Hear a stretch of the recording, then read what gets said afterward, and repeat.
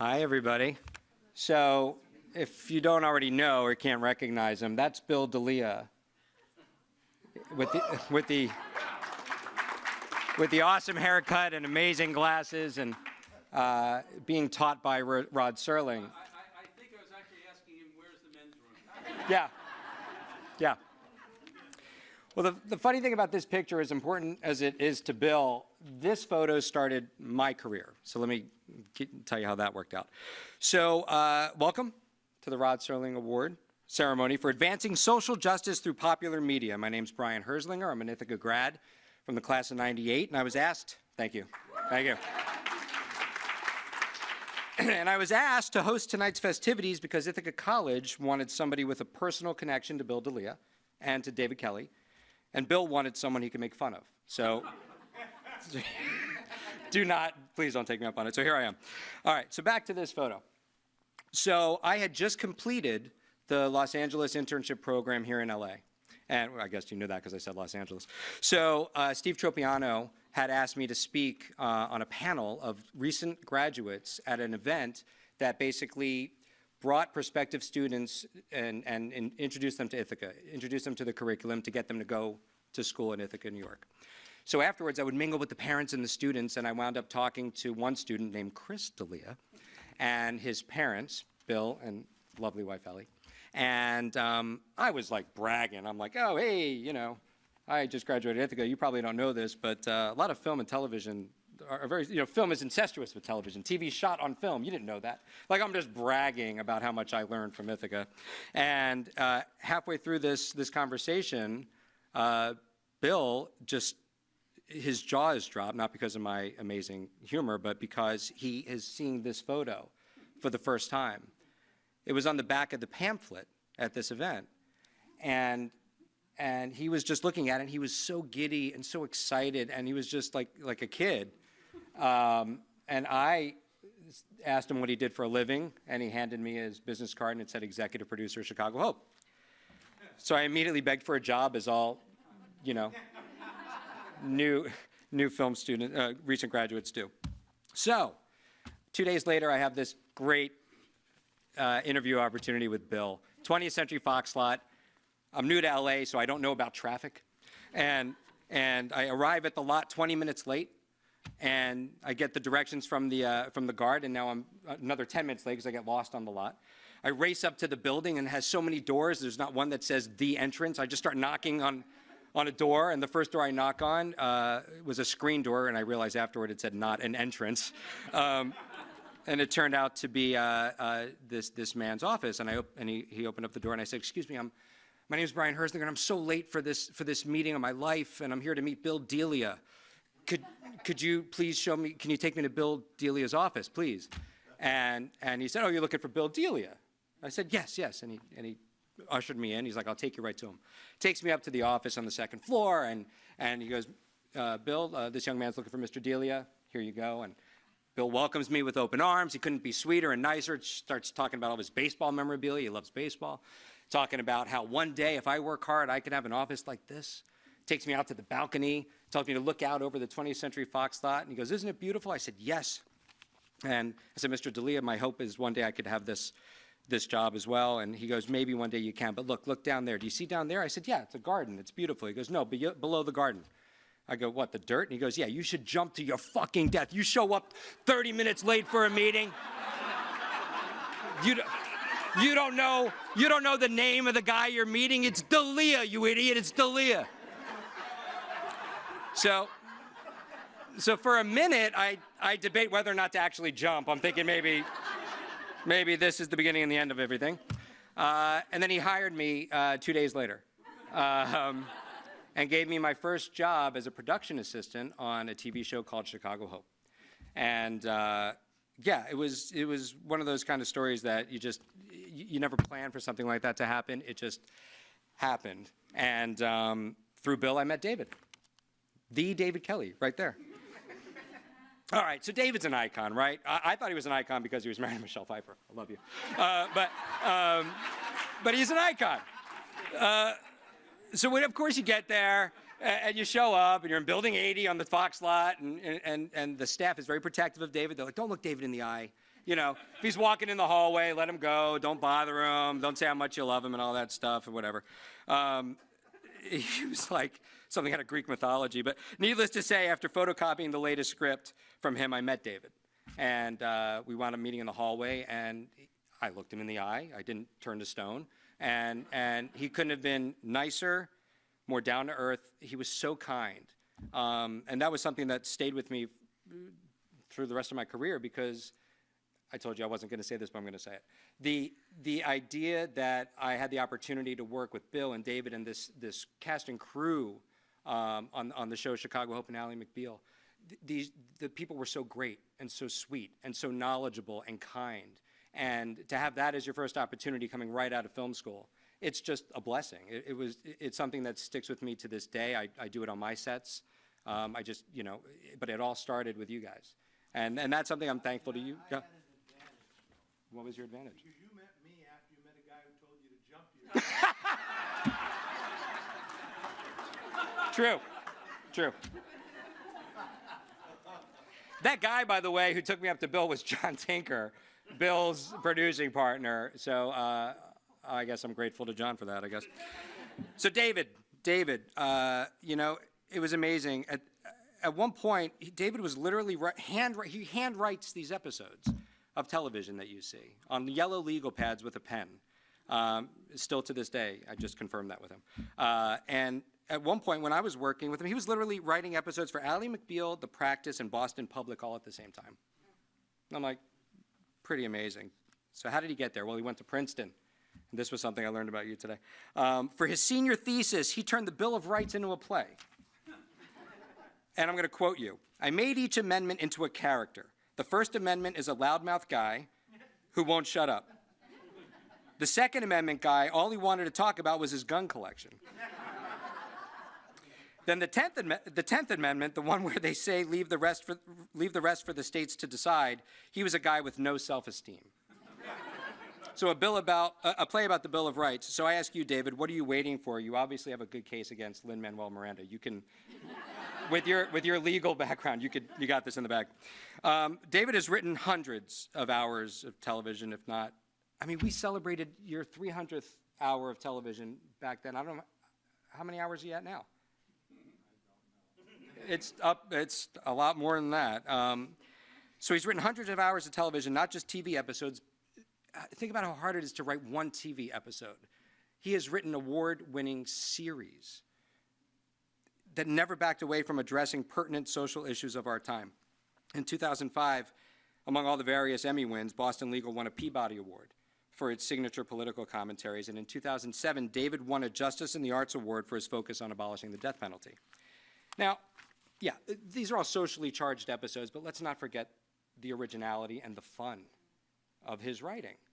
I mean, I divide TV and the history of television into two categories. BAM, which is before Ally McBeal, and PAM, which is post Ally McBeal. I mean, Ally freaking McBeal, I mean, you think about this, there was never a show like that. There was never the creativity that launched that series, those characters. It was, you know, Peter's here tonight, Peter McNichol's here tonight. I mean, just,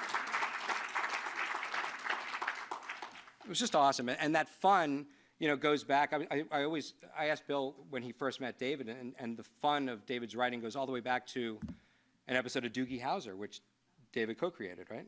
And Bill directed. His first television episode was Doogie Howser. You came out from the East Coast with The Feud under your arm, a film that he made, and got an episode of Doogie Howser to direct. It was called My Two Dads. It aired February 6th, 1991. I was 14. I watched it. David wrote it. And then, you know, through the years, Bill was directing television, and then he would keep coming back to David's shows like Picket Fences. And yeah, Picket Fences, right? And then eventually he wound up on Chicago Hope, which I think was a game changer for you, because that was what allowed you to start being a showrunner. And that's, fortunately, when I met you.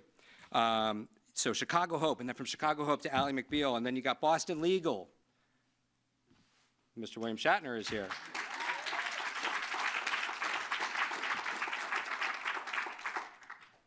Got Jane Brooke from Chicago Hope here. I'm like it's Where it's a I feel like I should have a yearbook and we all sign everything. Christopher McDonald's here from Harry's Law. We have so many other people on the crew side as well who are here to celebrate Bill and David. You have Monday mornings, the crazy ones. The list goes on, and I hope for the sake of television, so will your unique collaboration. So Bill and David, congratulations on your honor tonight.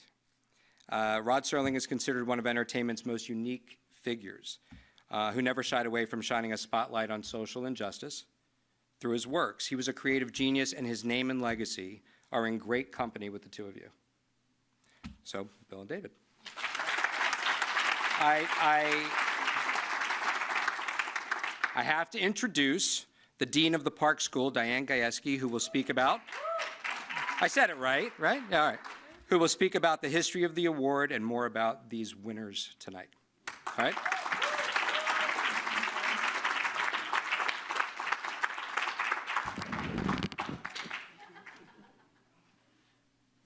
Hi, everybody. Thank you for being here, and shout out to people who might be watching on the live stream. We have sent out a wonderful invitation to all of our alumni and friends, and we're live streaming and archiving this, so if anybody's interested in watching it afterwards, you can let us know. Thank you, Brian, for that great introduction, and thank you, Bill and David, for accepting our invitation to this award. I am also a proud alum of the School of Communications at Ithaca, and it is really a wonderful legacy. I taught for a long time at IC and unexpectedly became dean about 7 years ago. And the first thing that I did in my office is I found a picture of Rod with a big CBS black and white camera kind of leaning on it, and I put it right above my desk. And I say, through all the challenging times, Rod has my back. And every morning I say hello to him. And sometimes he says hi back. The legacy of Rod Serling at Ithaca College can't be underestimated. All of you appreciate the legacy that he's had on the entertainment business and television.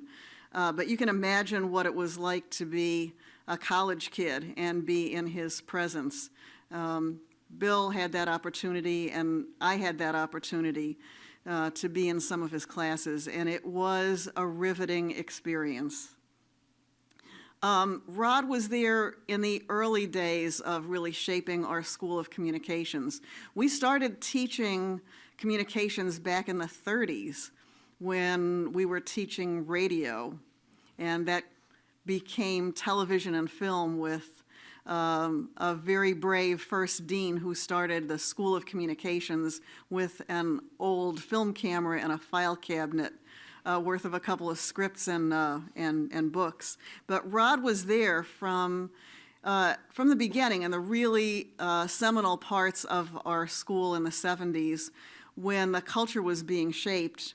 And I think there are two things that I feel are really important that I hold very valuable, and that is that we stand for media for social responsibility. Rod came in and everybody was clamoring to get into his mini courses, and while we thought we were going to study about what it took to do creativity and scripts or what it was like to direct, what we really learned were very important things about humanity and about social justice. And the other thing that was really amazing about Rod's contributions is that he gave time to all of the students, not just seniors, not just the honor roll winners, but everybody. And as frightened as we might be of him, we certainly soon saw that he had a very generous and down-to-earth side. And many of us have freshman projects that were voiced over by Rod, or we used to do awards at the end of every year, and Rod would often star in some of the funny segments that we would do. So he was incredibly generous, and that's one of the things that we really feel very important as we get students started in being exposed to the reality of the business from day one. And so we really thank Rod and his legacy that lives on, and thank his family. I had the pleasure today of having lunch with Rod's wife, Rod Serling. She couldn't be with us tonight, but she will be watching. She was a big supporter of the involvement of Rod and his legacy, as you saw from that opening film, was generous enough to donate his Emmys and all of his scripts to our archives. It's an amazing collection that we have. And we are happy to have tonight a representative of Rod's family. His grandson, Ryan Serling, is with us tonight. So thank you for being here.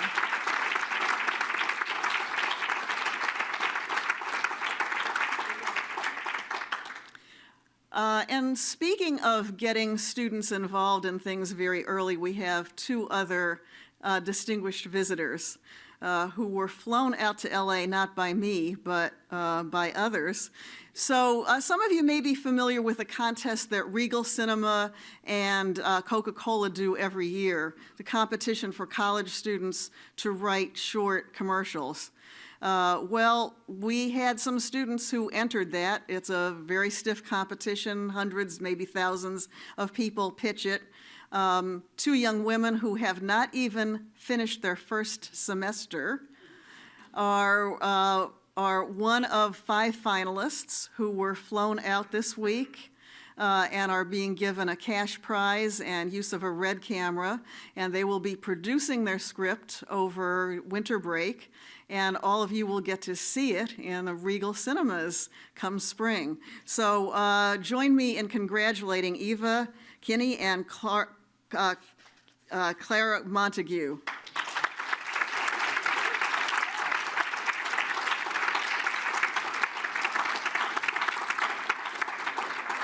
So we're really proud of them. So, and so many of our alumni who are with us tonight.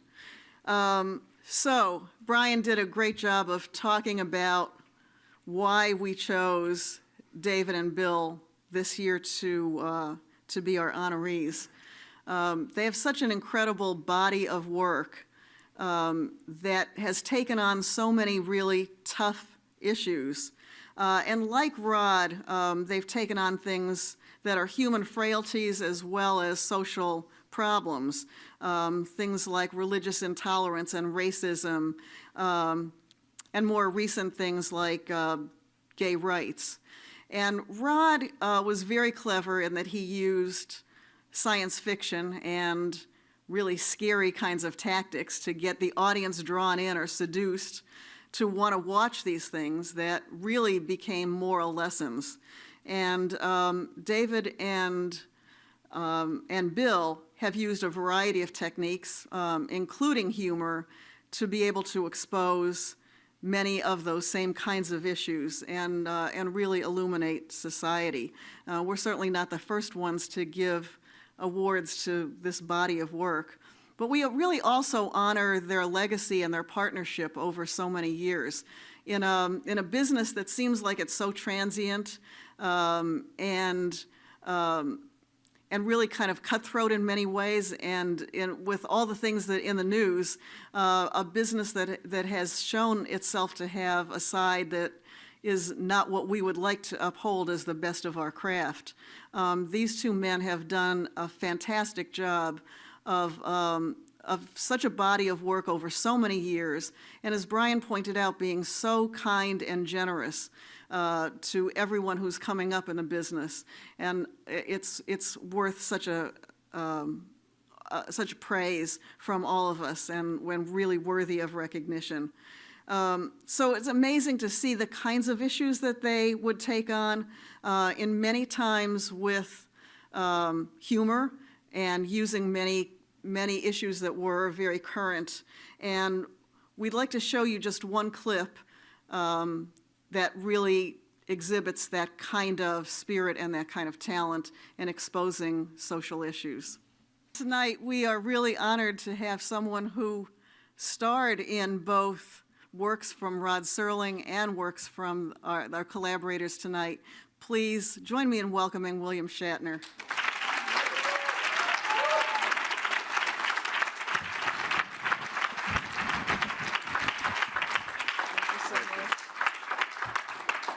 Thank you so much.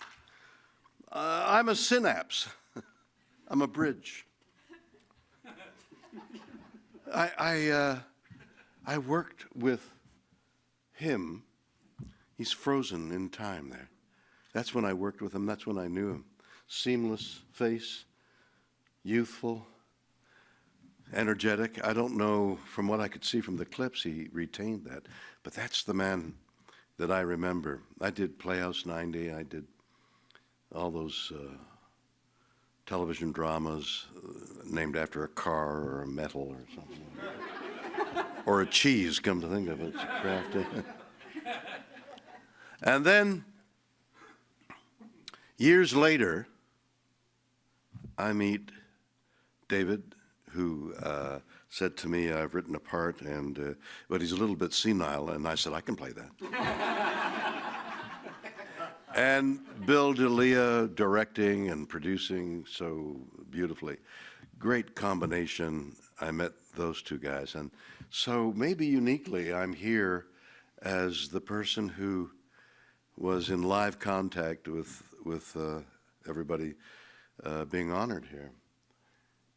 I trying to remember something vivid about Rod that would have happened on live television. And there was a moment when they were trying to have me come out of a screen. It was the first time that it was being tried, at least in all of our experience. A screen that large, something was projected on it like me running, and then cut to me running onto the stage, out of the screen, continuous and contiguous action. So you can imagine in those days, cueing the screen, cueing the actor, cueing the camera, cueing the music, everything was, it was complex.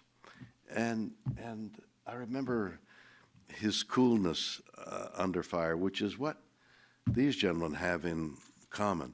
5 years of doing Boston Legal and having to come up with scripts and the hours it took to film it. Don't have to tell you people how complex it is. And the other thing that struck me was, yes, he did a lot of shows on social justice, and I was a party to some of them. And David and Bill doing those shows, and certainly Star Trek at its best had social justice as its underpinning. And you realize that that really is appealing. That's audience worthy. It's one thing to have a superficial funny story, but if you could have a superficial funny story with a basic theme, you're in clover. And that's what these gentlemen did. So worthy of the honor. It just is such a privilege to greet both these gentlemen that I knew for 5 years in the hurly-burly of doing television, and awarding them the Rod Serling Award for advancing social justice through popular media. May I present you gentlemen with your award.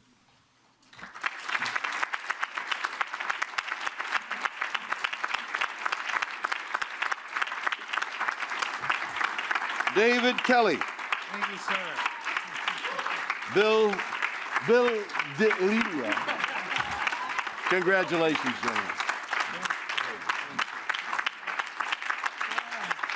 Come on in.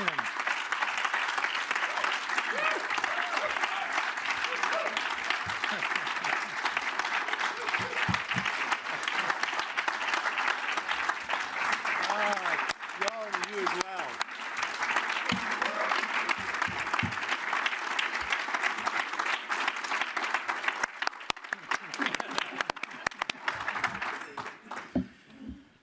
Oh, dear. You want to go first? I'll go first. It's been my experience that there's an opener and a closer, and the closer is the headliner. So I'll let him go last. You ever have one of those songs stuck in your head all day and you can't get it out? It just keeps running in a loop all day long? Yeah, me neither.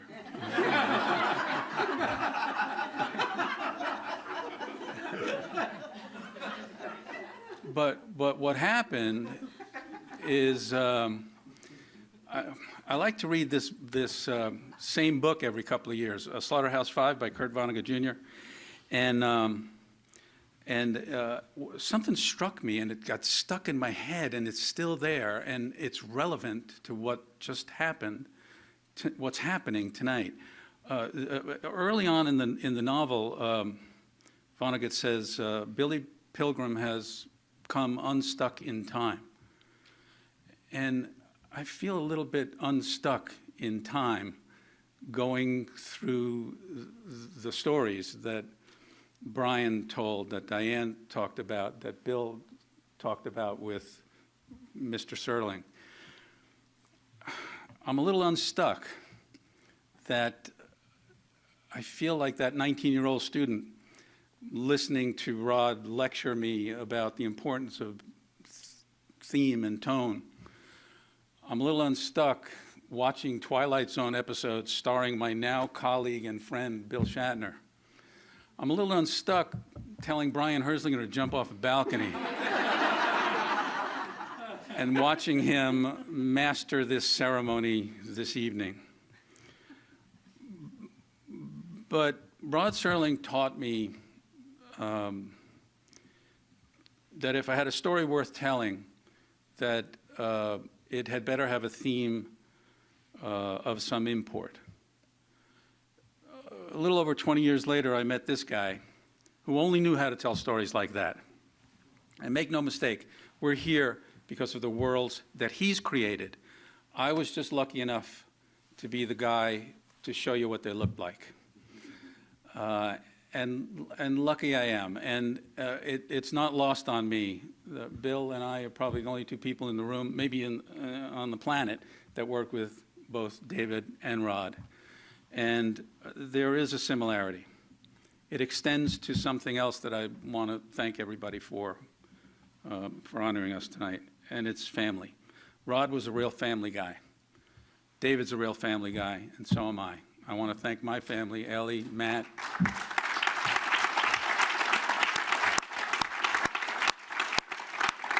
And my son, who doesn't love me as much as Matt because he's not here. But Right, Matt? he's talking about you. Yeah. And he's just busy making a bunch of strangers laugh for money in a club in San Jose. Anyway, it doesn't go without notice that the arc of my career goes from Rod Serling to David Kelley, two guys that only knew how to write stories that not just entertained, but provoked thought. And I think you'd have to go back to Rod Serling to find a writer as prodigious, profound, prolific as David Kelley. And I thank you for this, Diane, and for insisting that we get this. But I thank David for this collaboration over the years. Thanks, pal. Thank you. Well,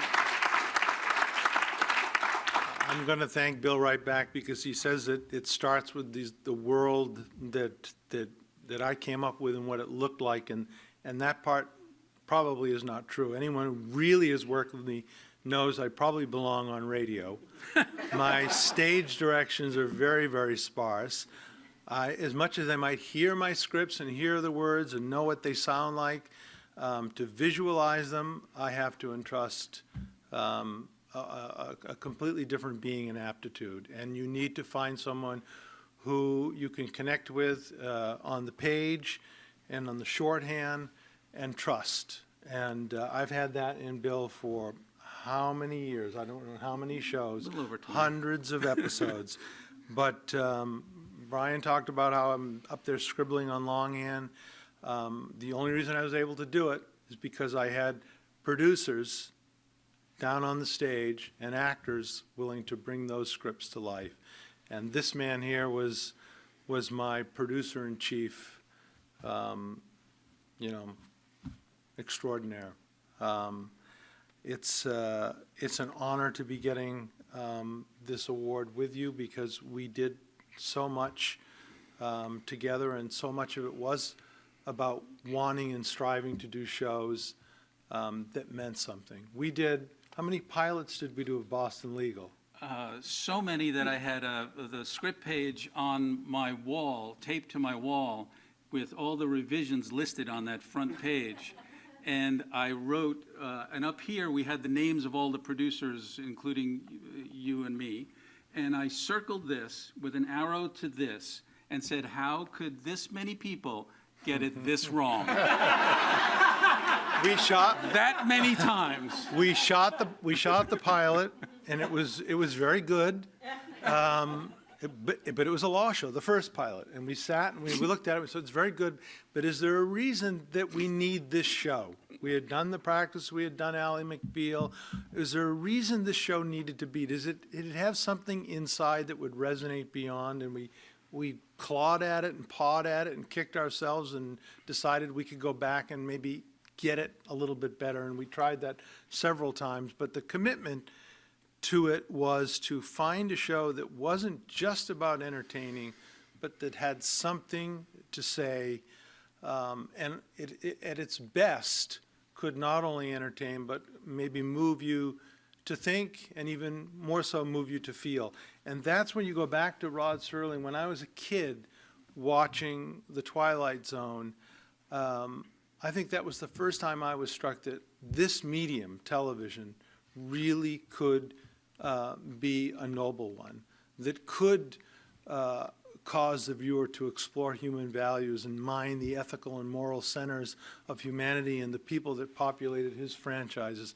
And I was astounded by so many of his episodes. So to be up here tonight, being mentioned in the same breath as Rod Serling, I can't tell you what an honor it is. And I should also say, you know, because the lights are bright in here and I can see faces out there, many friendly faces, people I've worked with. And it again touches on what Brian said and what Bill said. One of the greatest rewards of getting to do these shows is we got to do them with people we cared about and people who meant something to us and became part of our communal life, because making a television show, it is a marathon, and it's a company. And to be in a company of people that mean something to you, that cannot be overstated. And you know, the last thing that I would say, in addition to everything that's been said before, I know we're streaming this to kids at Ithaca who were never got the option, the opportunity to be taught by Rod Serling. And if there are kids out there that are looking to come to Los Angeles and get in this industry, it's a wonderful, wonderful time for that, because when we started, there were 3 networks. Now there's a universe of hundreds and hundreds, plus streaming universes beyond that. The opportunity for storytelling is enormous. But with that opportunity also comes a burden to break free conceptually of all the clutter. And as a result, I think we're seeing so many bold and original and wild vehicles for storytelling. But we need more Rod Serlings. We need more people who are willing to mine that terrain of humanity and what it is to be a human, and to have to look yourself in the mirror and examine your value judgments, and to sort of turn the world upside down and explore what it means to be human in this world. Rod Serling did that on a daily basis. We tried to do it on a daily basis because we didn't have the budget to shoot some of the wild things that are on Netflix and Amazon. But it's what we most gravitate to still today. And for those storytellers that are out there that really want to mine that terrain, there is a need And I would encourage you to live up to the legacy set by Mr. Serling. It's a noble medium, or it can be, if you keep your feet on your ground and you listen to what's inside you when you go about doing it. You know, I stay very grounded.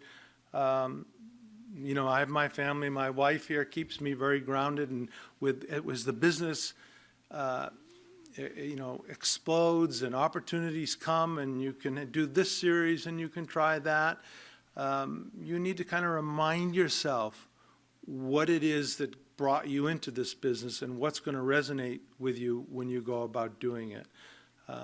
My wife and my family do that for me every day, and I would suspect, I never met Rod Serling, but I suspect he got into the business not because he put a producer hat on and he thought, gee, what is it can I sell? He had a scream inside him, and he wanted to get that scream out, and he listened to the storyteller in him, and he mined that. I think I picked up on that just watching his episodes. We try to be true to it, telling our episodes, and at the end of the day, we got lucky because we got studios and networks willing to bank on us, and we got to make product that we were very, very proud of. So we hit the lottery getting to be in this career, and to be able to celebrate it tonight with this award, with so many people that have helped get us here. It's a fantastic moment, and we thank you all.